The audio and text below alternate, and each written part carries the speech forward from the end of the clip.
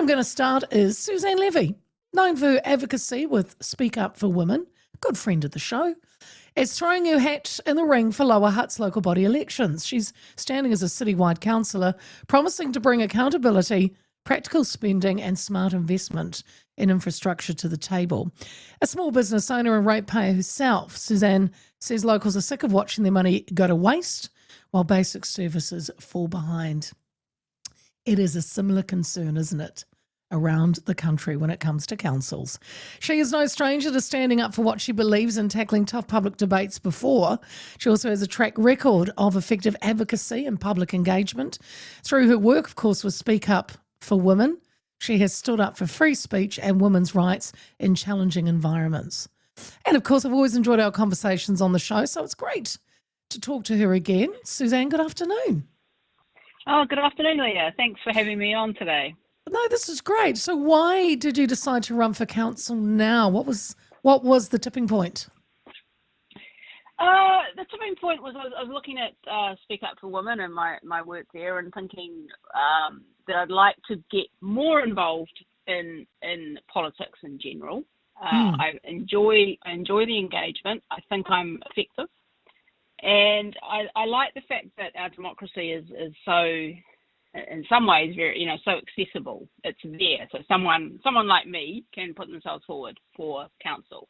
I think I've got, I think I have the skills to sit around a council table. And I think the thing that Speak Up for Women has taught me is that we are missing common sense from so much these days. And that it's, there's this void, that critical thinking and common sense have just sort of disappeared. So many people that I engage with or watch or listen to, there's this lack, and I think that there are skills that I have. I've been using my common sense skills, and I don't think they're extraordinary skills at all. I think they're pretty standard. Yet I'm one of a few people who is actually standing up and able to say, this is what I think and this is why. And I'd like to take that to Lower Hutt. I've lived in Lower Hutt pretty much all my life. I had a sort of stint in the big city in town in my 20s. Moved back to Eastbourne when I was 29. And been here ever since.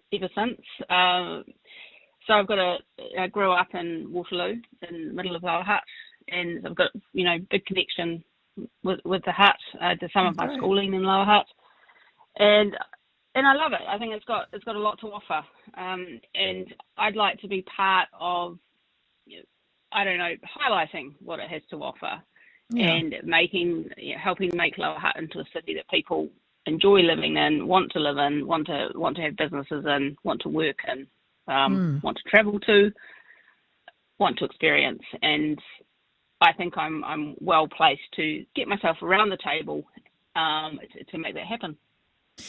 Suzanne, you mentioned, as your role with Speak Up for Women, I mean, you are no stranger to tough debates, to criticisms. Do you think that also that experience that will help you on council, that is maybe why you're feeling, you're ready now? I think so. Yeah, I feel sort of confident in being able to get my position across, or get other people's positions across, because a massive part of being on council is listening to ratepayers and residents, and being able to take what they say and what they think back to council. And for those sort of opinions and ideas to be considered when council are making decisions. And so I need to be, and every councillor needs to be somebody who can do that, who can, who can go back with an idea. It might not be a popular idea, it might be a really popular idea, who knows? Have the ability to get that across. And also have the ability to talk to people to find out what those ideas are in the first place. There's a few things to talk about. You're a small business owner, obviously you're a ratepayer. What has been frustrating you the most lately with how the council's been spending money? Do you have any kind of, the frustrations I've noticed are actually councils, from my perspective as a business owner and someone who lives here. I don't think that their comms is great in terms of even their wins, even the stuff that they're doing well. We're not hearing about, and so there's this kind of negative, definitely a negative slant towards council, and you see that on social media, and it is not to say that everybody is negative, but social media is certainly somewhere where the negative side of things comes out. So you do need to take that into account when sort of looking at what people are saying. But you do hear a lot more negative stuff than positive stuff, where there is lots of positive stuff happening. So having some, comms is really important, getting that so that when there's good stuff, everyone knows about it. And the frustration, I think, our rates have gone up astronomically since we've been living here, to the point it's a really noticeable bill now, and it's only going to get higher. Now, I don't believe we can avoid rate rises to completely, because there's been underspending. I just think it's really important that there are people around the table who the community trust to do the best they can with that money, that it's spent wisely. We're getting really, really good bang for our bucks. And able to see that. And so much, council is not like central government. It doesn't have as many options for what it spends its money on. The majority of it is tied up in really, really boring things. Water, infrastructure, road, some roading, that kind of thing. But that's it's never going to be. It's very important, and that's why the communication side of things has to be so good, because they're trying. You're basically selling something that's not really that exciting. And I think there has to be trust and confidence in the people in council to do the best. To be a safe pair of hands for hard-earned rates money. Yeah. And that's what I'd like to be a part of. It's interesting, Suzanne, because, rates is front of mind for pretty much most people around the country, and in most regions and cities, rurally in the big cities are facing rate rises, some real big jumps, others not so big. Definitely. But it's interesting because to hear you say, I'm not going to say, we're not going to have to put them up or there'll be zero rate rises. I mean, that's just not believable or doable. And I think people know that, but it's interesting that you bring it up, because you're right. They've got to trust in your council. Goodness, that's a oxymoron. Imagine that. Yeah, I mean, I know. Imagine that. It's a strange concept, but hopefully it'll catch on. Yeah. But I guess that's where the common sense aspect comes in, and I don't just sit there and I'm not an emperor's new clothes kind of person, and obviously I'm going to speak up if I think something sounds like it's a bit fishy. I will be bringing that up. An example of transparency and or lack of.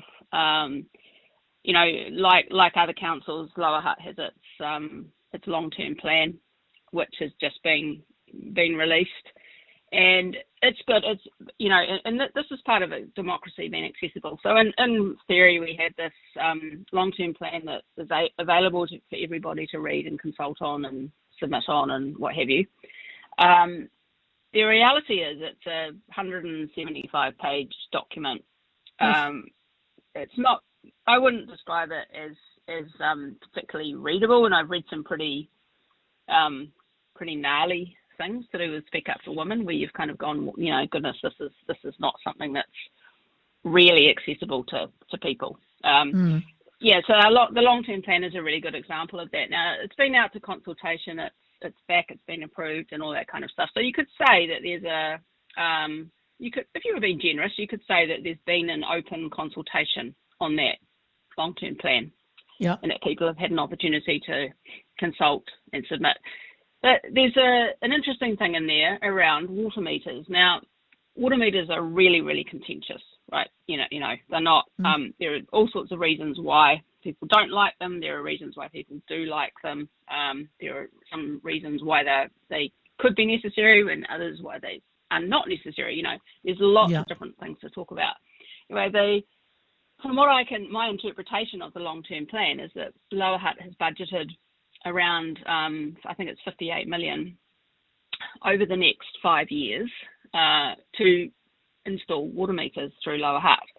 Now, that seems about right. So Wellington City Council, in a reasonably recent press release thing or article, they were budgeting 132 million for Wellington. So Hutt's around about half the number of dwellings. So it doesn't seem, so 58 million seems about right. So now that's quite a big deal. So whether or not they actually spend that 58 million on water meters is yet to be determined, because the long-term plan obviously changes over the long term, but they try to forecast 10 years in advance. But that will change, and obviously the new council will have an opportunity to have input into subsequent long-term plans, and things will change. But the interesting thing is that there was nothing highlighting the fact that water meters were being introduced into the long-term plan. They are a significant feature. It's a very, very divisive topic. It is. And what's your feelings on them, Suzanne?